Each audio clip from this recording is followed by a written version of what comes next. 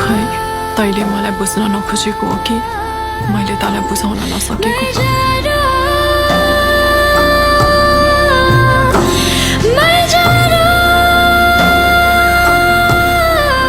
तैँले मेरो मन दुखाएको छस् भने त मेरो लागि रुन्छस् रुँदैनस् मलाई थाहा छैन, तर जुन दिन रुन्छस् तेरो आँसु पुस्नको लागि म त्यहाँ आउँदिनँ।